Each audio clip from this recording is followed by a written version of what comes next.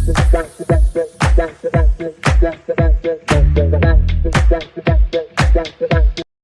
सभी का स्वागत है मेरे YouTube चैनल पर। जैसे कि आप सभी को पता है कि हम चैप्टर 2 स्टार्ट कर चुके हैं अपना ट्रांसफर ऑफ प्रॉपर्टी एक्ट का, जो कि रिलेटेड है transfer of property bye act of parties.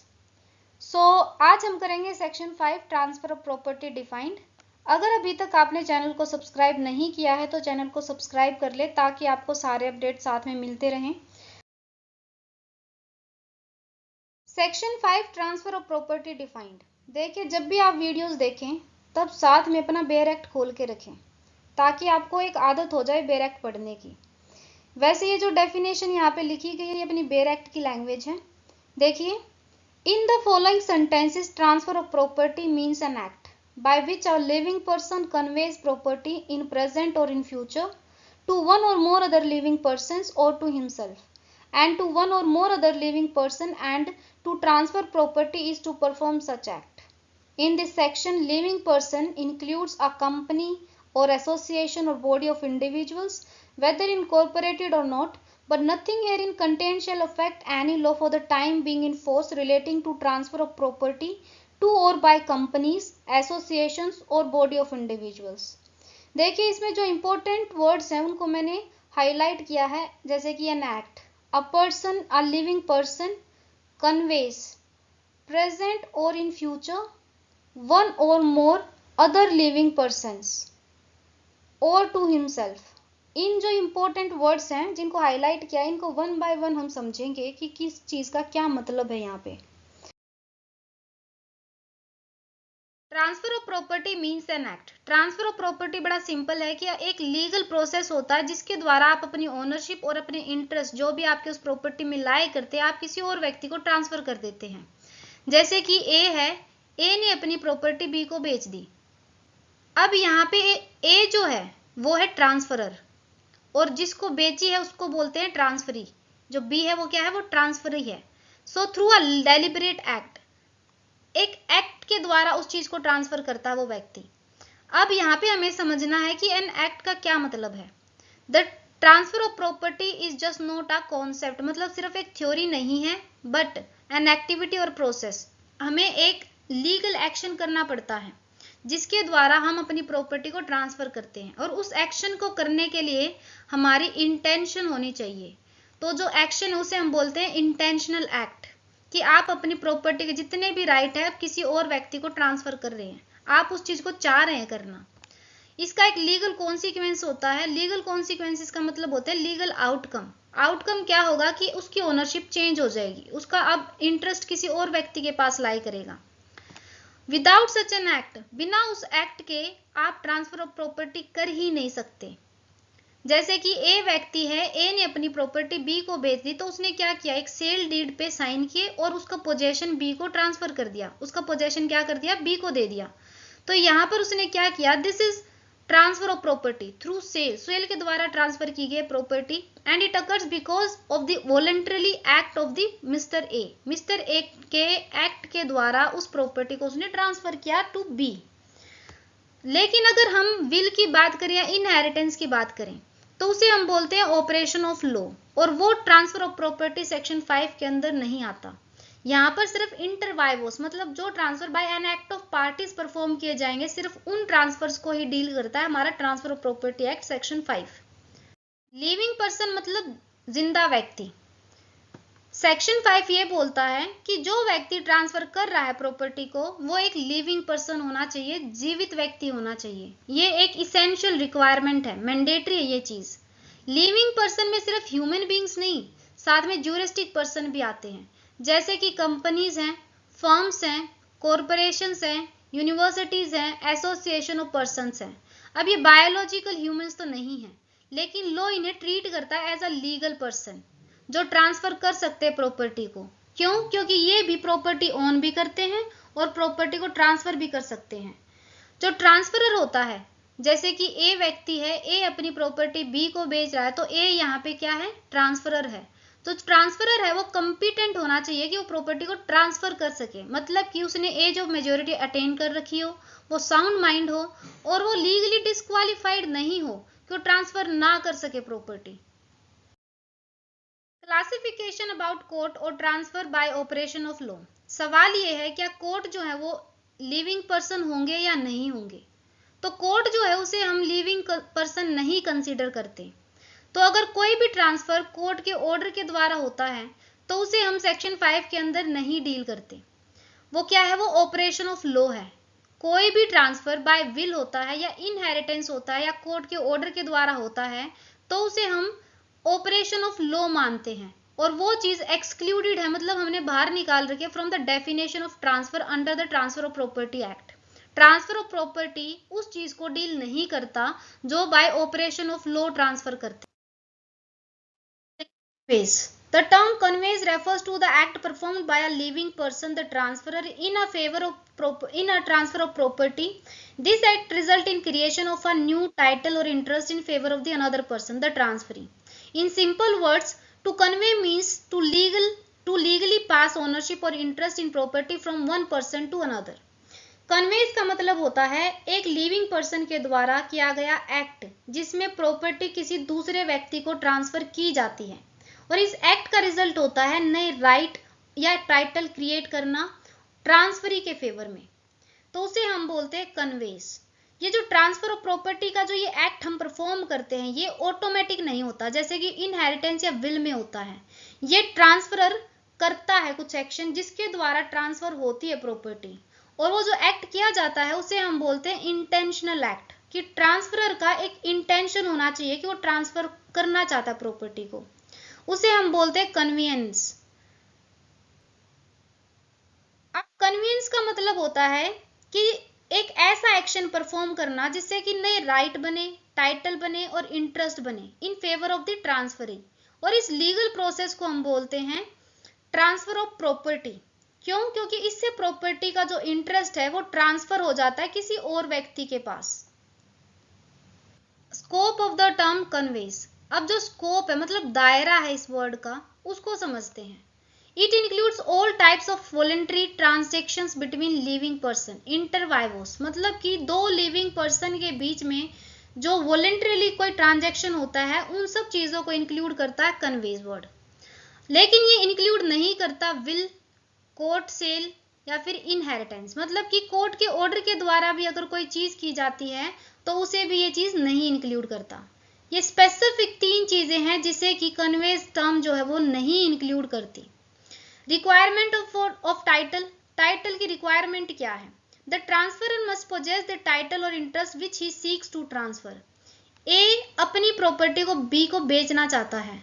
ऐसा नहीं होना चाहिए कि ये जो प्रॉपर्टी है इसको बेचने का ए के पास कोई अधिकार ही ना हो, ये प्रॉपर्टी किसी सी बंदे के द्वारा ओन की जा रही हो, तो यहाँ पर ए के पास वो अधिकार ही नहीं है, वो टाइटल ही नहीं है, तो वो इसे ट्रांसफर भी नहीं कर सकता। इसका मतलब यही है कि ट्रांसफरर के पास वो टाइटल होना चाहिए, वो इंटरेस्ट होना चाहिए जो वो ट्रांसफर करना चाहता है। He can not conveys what one does not have, वो उस चीज को ट्रांसफर नहीं कर सकता जो उसके पास नहीं है। Legal position. As per judicial interpretation, the essence of the word transfer is convey. Therefore, only such transaction where new rights or interests are created are covered under transfer of property.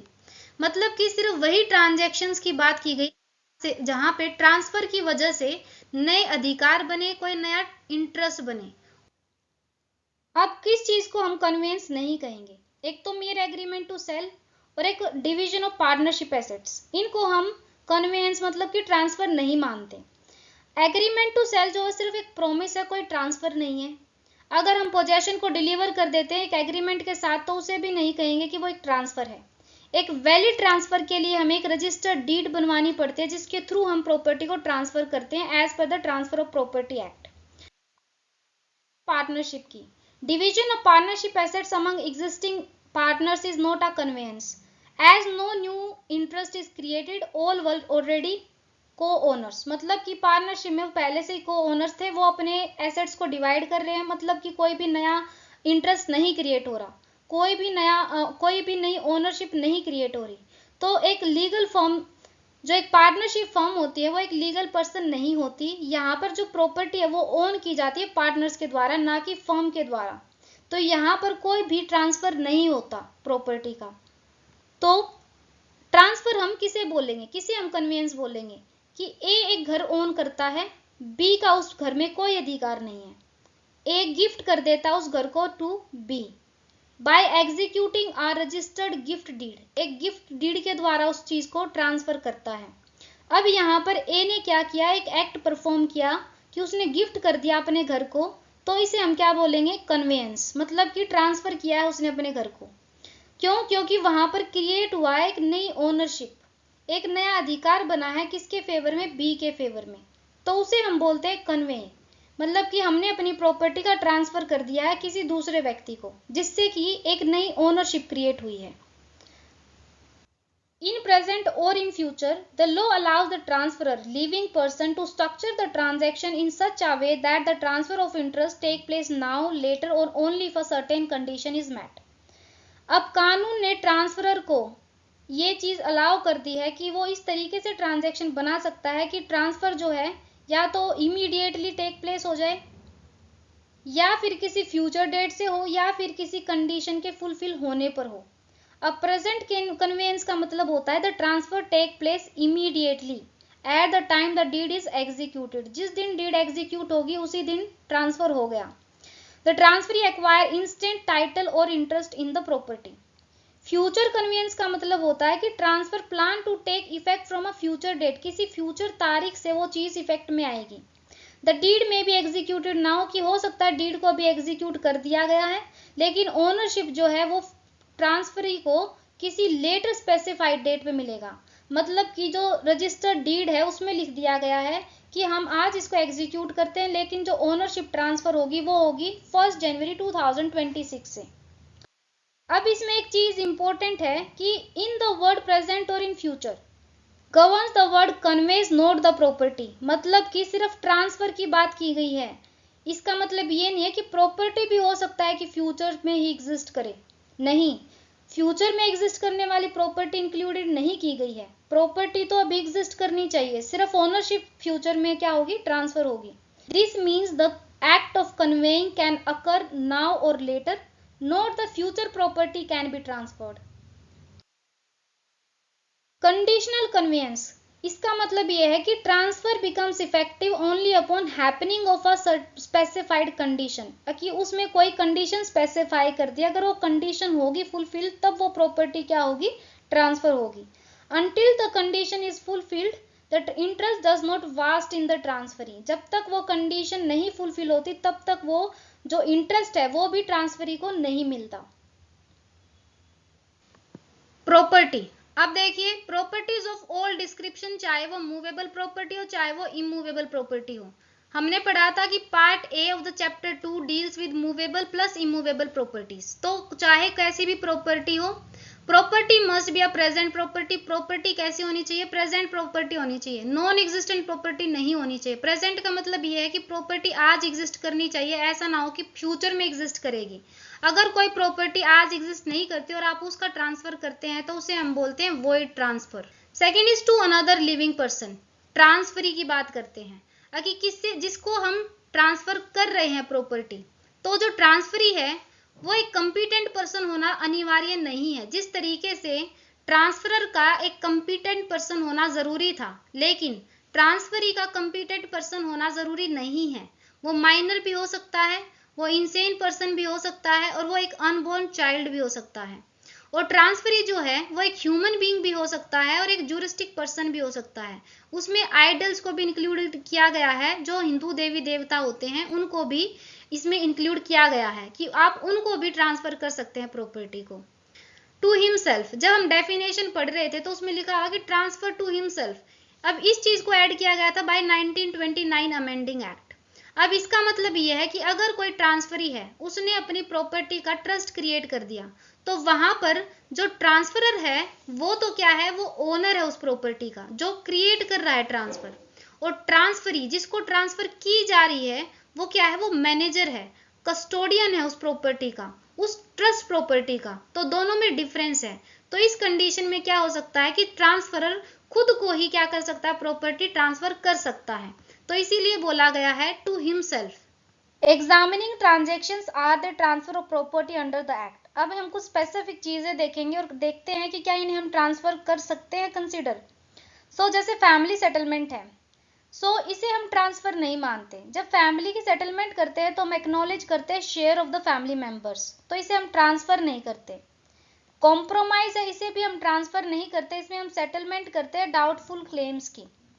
Partition जो है, इसमें भी हम transfer नहीं करते property का, इसमें सिर्फ सेपरेशन करते हैं पार्ट्स का। Surrender not a transfer of property. Surrender का मतलब होता है कि एक लेसर पार्ट को एक ग्रेटर पार्ट में मर्ज करना। जैसे कि अगर आपकी प्रॉपर्टी है तो आपके पास ओनरशिप है और आपने उसे किराए पे दे रखा है, तो जो किराएदार है उसका लेसर इंटरेस्ट है और वो टाइम पीरियड लैप्स होने से पहले प्रॉपर्टी को खाली करके चला जाता है, तो एक लेसर पार्ट एक ग्रेटर पार्ट से क्या हो गया, मर्ज हो गया, तो वहां पर भी ट्रांसफर ऑफ प्रॉपर्टी नहीं होता। रिलीज का मतलब होता है कि जब एक ग्रेटर पार्ट को लेसर पार्ट में ऐड ऑन किया जाए, तो उसे हम बोलते हैं ट्रांसफर ऑफ प्रॉपर्टी। रिलिंक्विशमेंट जो होता है उसे भी हम कंसीडर नहीं करते ट्रांसफर ऑफ प्रॉपर्टी में। चार्ज को भी नहीं कंसीडर करते transfer of property. Property situated outside India may be claimed under the Transfer of Property Act, but it cannot override the local laws of that particular country. Transfer by educational institution. Transfer made by institution is valid and not barred under the Transfer of Property Act. तो आज का जो अपना topic था section 5 of the transfer of property act, वो अपना complete हो गया है।